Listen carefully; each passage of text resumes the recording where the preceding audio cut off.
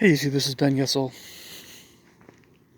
Well, there's just no avoiding this. I'm going to be up late tonight. Asking myself, first off, maybe why I'm up so late. Or you might ask that question. Well, let me see. This is how today went, in case you're wondering.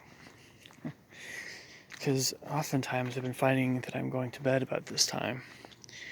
And I probably won't be asleep until about 2 tonight. Which will mean I'll probably be up at 10 or so tomorrow. Which will work out fine.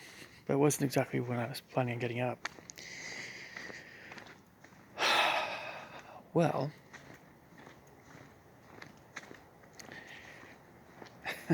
let me see.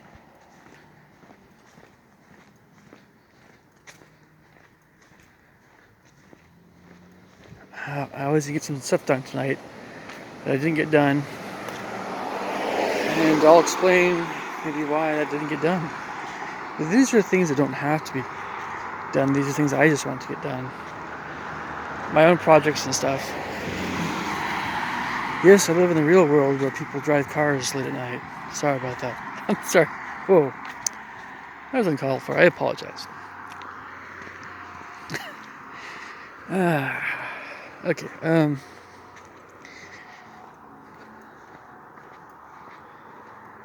So yeah, this morning I was up at 8. See, I'm getting up earlier these days. I'm feeling healthier. It's good. General. I had breakfast and then I think was doing something. What was I doing? Oh, I left pretty early to go teach lessons, actually. Got some stuff done a little bit before and in between lessons that were earlier on today. And I continued to find that the free parking space that I found to go teach a person in downtown Seattle is going to be a still a good option. So that's awesome. And my students did fine today. I still keep wondering about one of them in particular, who needs to push himself a little bit. It's not easy. You know, when you're younger and you're being asked to play 16th notes and coordinate different rhythms with your left and right hands, if you're of a certain kind of disposition, it's always hard, but this is what he's got to do, and he'll be the better for it, but it might take a while. It might be hard, but he's gonna get better.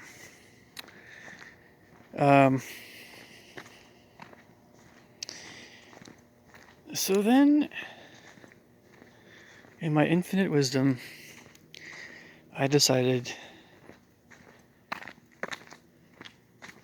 to tease one of my roommates who, I guess, took it more as a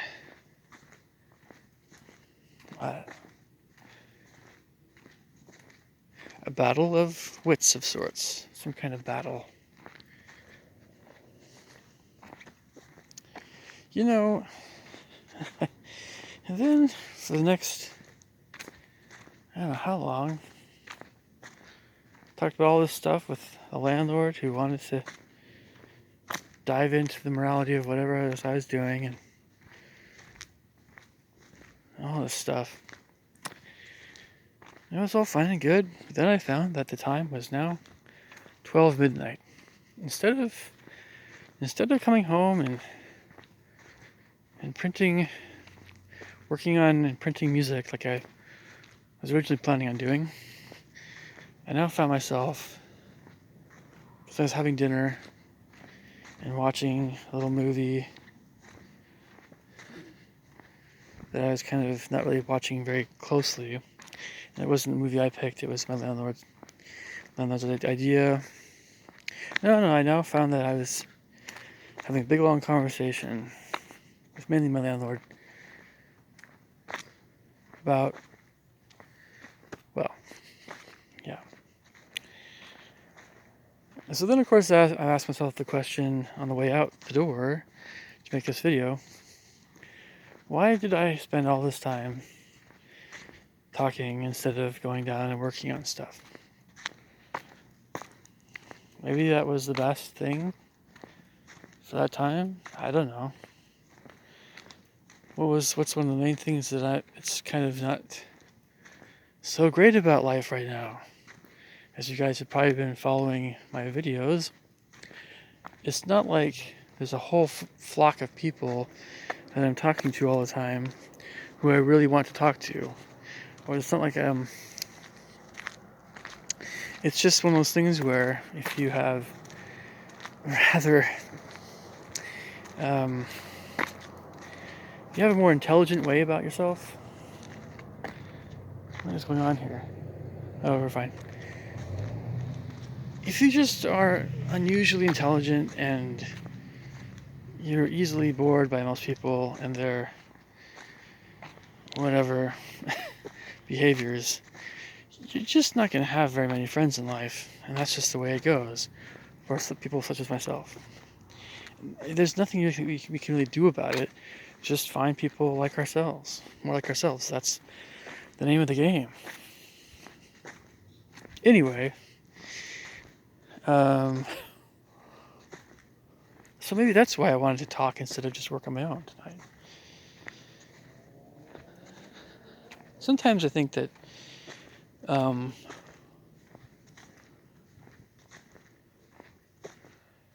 you know, it's like again, you have all these experiences in life, and you have all these things that have shaped who you are, and it definitely affects how you socialize with people, if you socialize with people at all.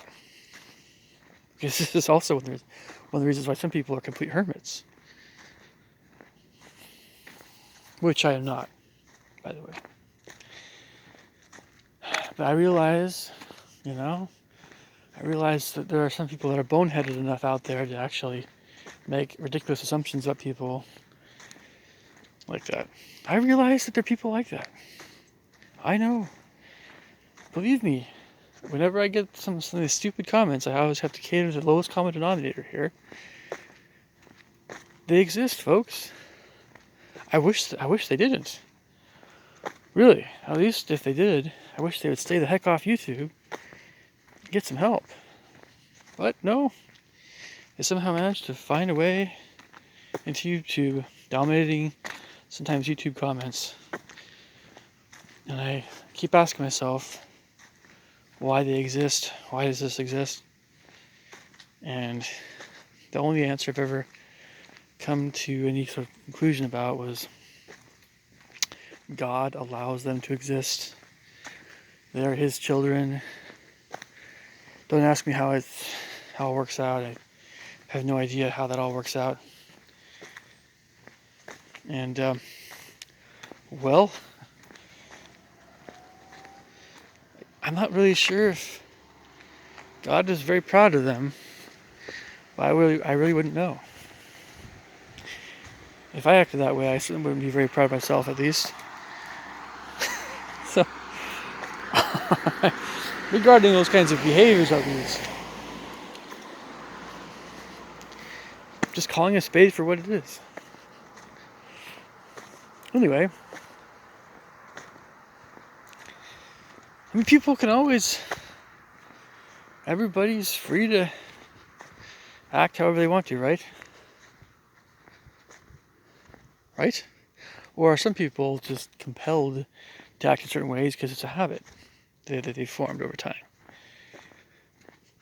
This is one of the, by the way, this whole proactive thing about how we can choose how we're going to act in any situation. I've had the talk from my dad. I've heard it all before.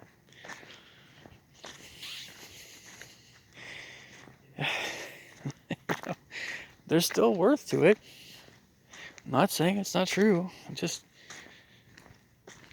You would think that the more discipline you have over your emotions and mind and life and everything would cause you to have more freedom to be able to choose how you're going to act at any point in time, right? That's how that whole thing works. And if you are more of a slave to your body and your mind, and you're addicted to things or whatever it is, or you live on some kind of lower plane that way, then it's harder to be proactive. I can totally agree with that too. But there are other things that come into play, such as the severity of certain actions and the sensitivity of people regarding certain kinds of actions done to them, and someone's age and maturity, and all kinds of other things too. So it isn't just a spiritual matter, it's not just a matter of discipline. And by the way, I've asked myself this question before at some level, but I'll ask it again. Why is it that I was never cut out for the military? I'll give you a straight up answer to that. It's really no mystery. I'm not psychologically cut out for it.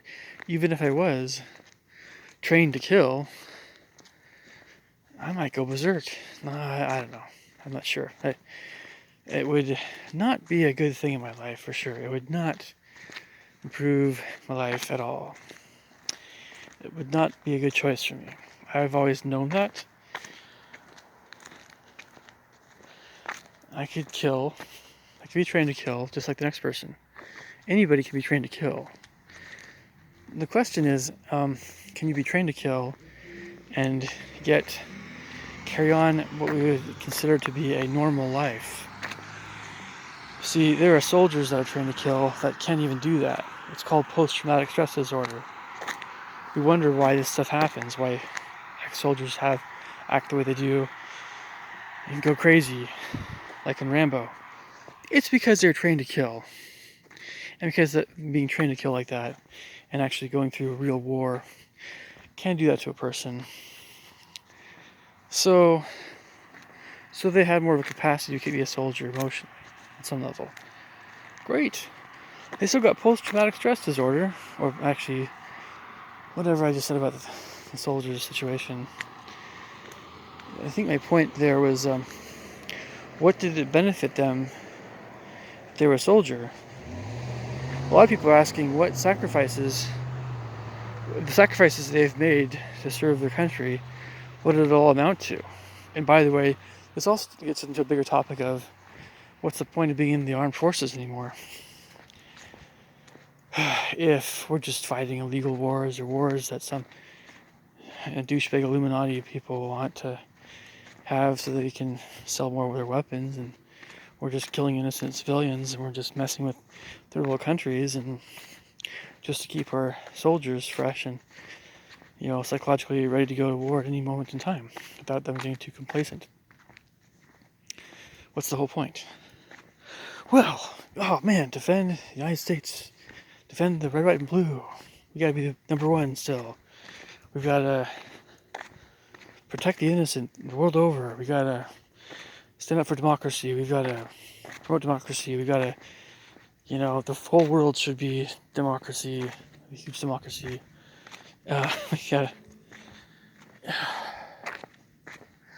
I hate speaking this way because I'm a conservative myself.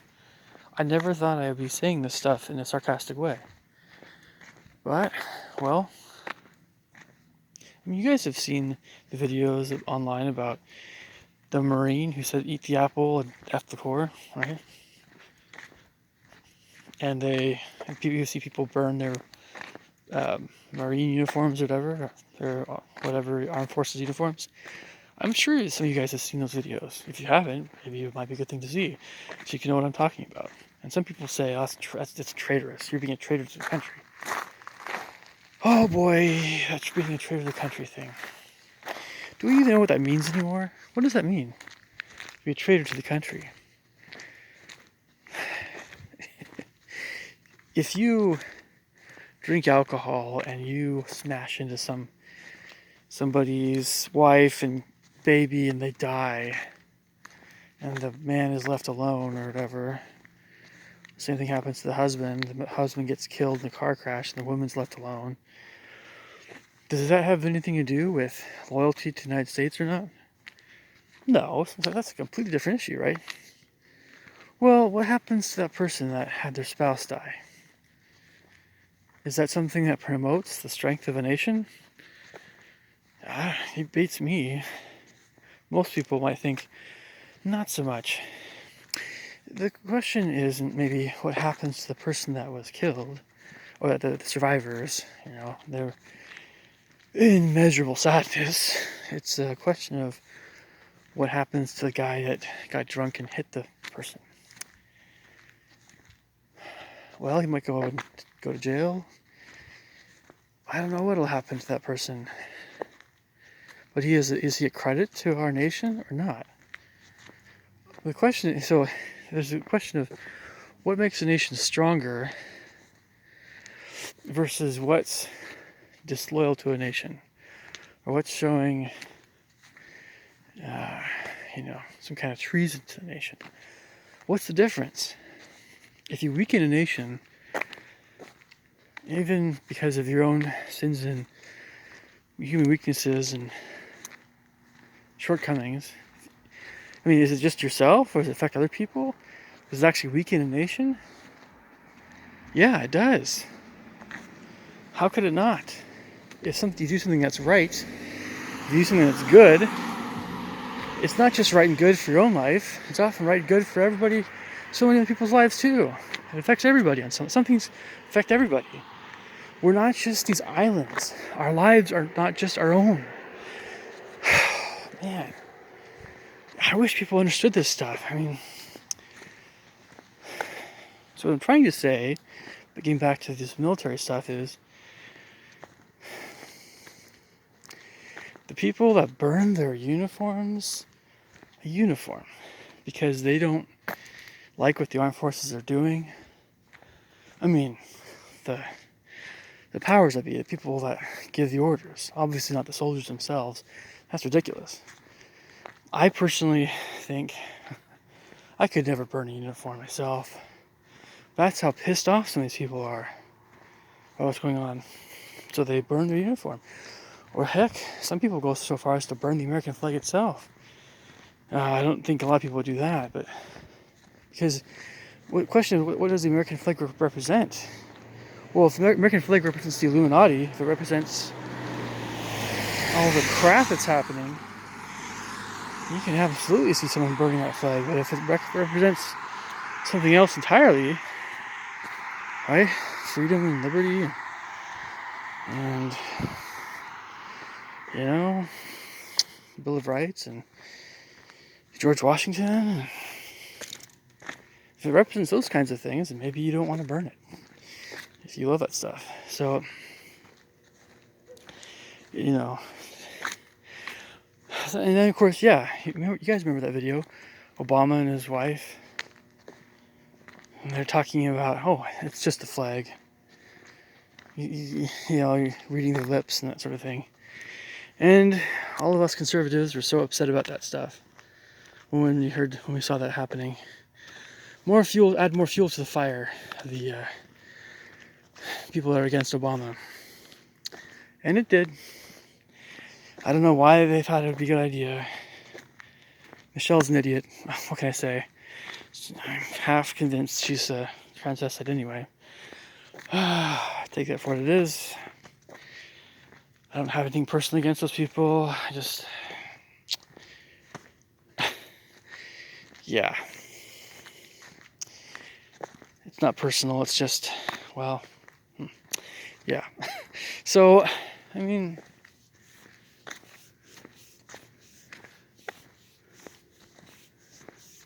I don't know. The world's really confusing right now. Really confusing. If it isn't confusing for you, congratulations. What are you doing to stay sane? I'm sure it is on some level. But I've asked myself, what, would I salute a Marine who burned his uniform? Is that Marine still a Marine or not a Marine anymore? I don't know. I would probably just do what the guy preferred me to do. I'd probably just respect the person and not salute him. We usually salute an officer, I guess. I don't know. If the guy wanted to burn his uniform, it's his choice. Do I think it's traitorous or it's a treasonous thing? I think the government's treasonous to us anyway. The people that are telling us that we're treasonous for doing stuff that's right and good, they're the treasonous ones. We've had Prince John's in office. When was the last time we had a King Richard? You just tell me. Really, truly, honestly. When was the last time we had someone in office that was like King Richard? No, that Prince John's. They're usurpers to the throne. You can't tell me otherwise. I won't believe it.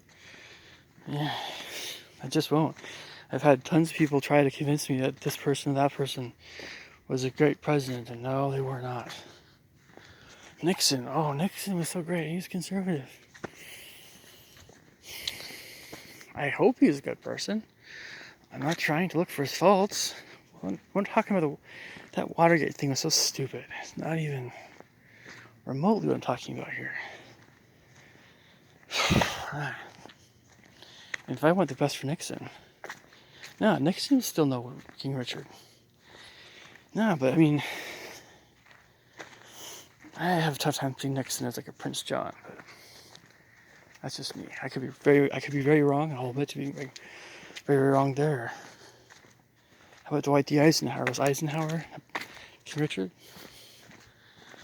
Yeah, I might say so, but then some people would say, well, Eisenhower he was heartless to the poor. He didn't support the poor and welfare.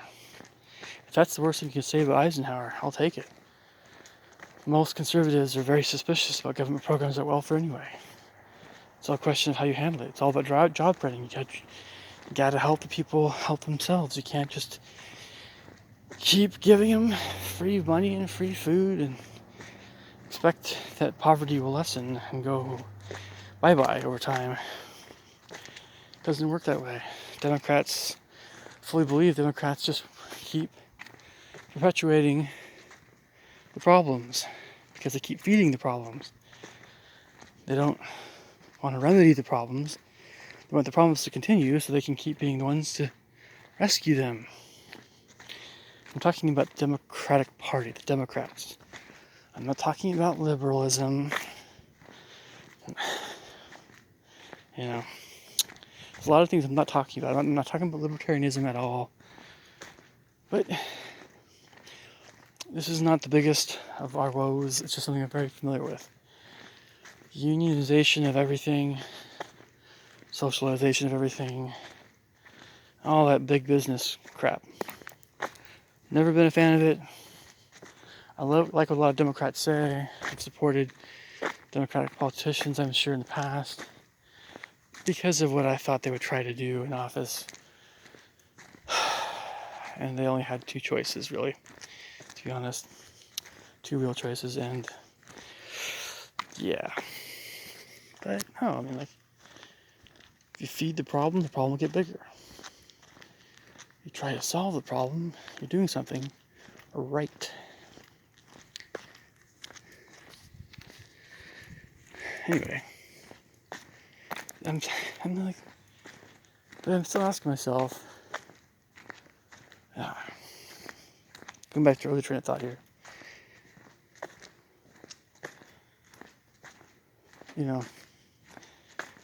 I could very well ignore people, do whatever I want to do. I don't know, like, this is not really a big thing, to be honest. I guess it's just that I have to remember a lot of people don't quite have the wherewithal that I have to see things in various ways. But why can't I just explain something? I'm going to explain this to you guys, and I want you guys to try to understand this thing. And I was trying to make a point about what it was There's certain vocabulary terms. I talked this before online. You guys might have heard this before from me. When you hear the words stalker, creeper, creepy, cringy, and cringeworthy, what is the first thought that crosses your mind in terms of the kind of person who uses all these kinds of words on a frequent basis? What kind of person does that? A, an old grandpa. He's married, he's retired, he's just trying to live the good life. B, middle-aged married man, doing pretty well for himself, his family. C, a cross-dressing male whatever who is part of a dance troupe in Las Vegas. Or D, some little tart between the ages of 13 and 20 something who is afraid that every guy that she comes across is going to rape her. Which one of those four do you think is most inclined to use those terms quite a bit? Casually, all the time, brainlessly, like just they have no brain kind of person. It's the last one. It is clearly the last one of these people. It's going to be using those four words all the freaking time. Why? Why is this?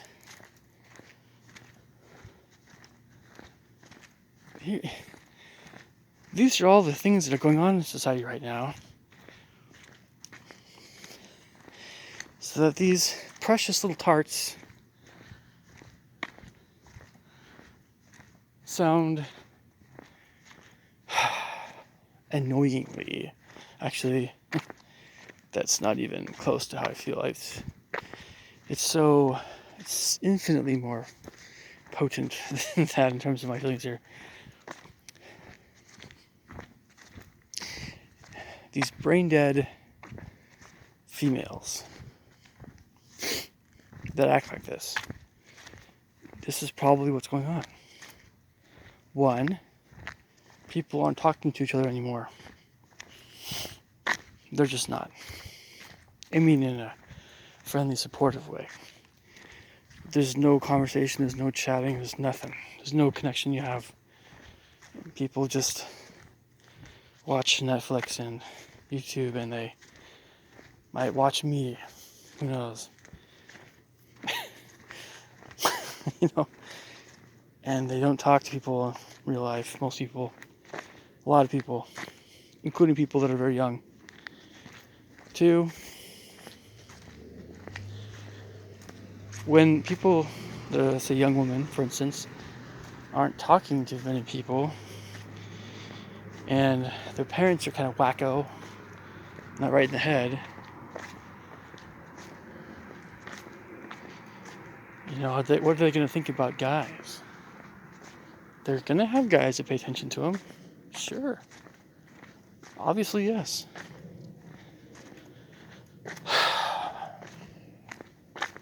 I'm talking about dysfunctional families here. I'm talking about families that are in bad shape.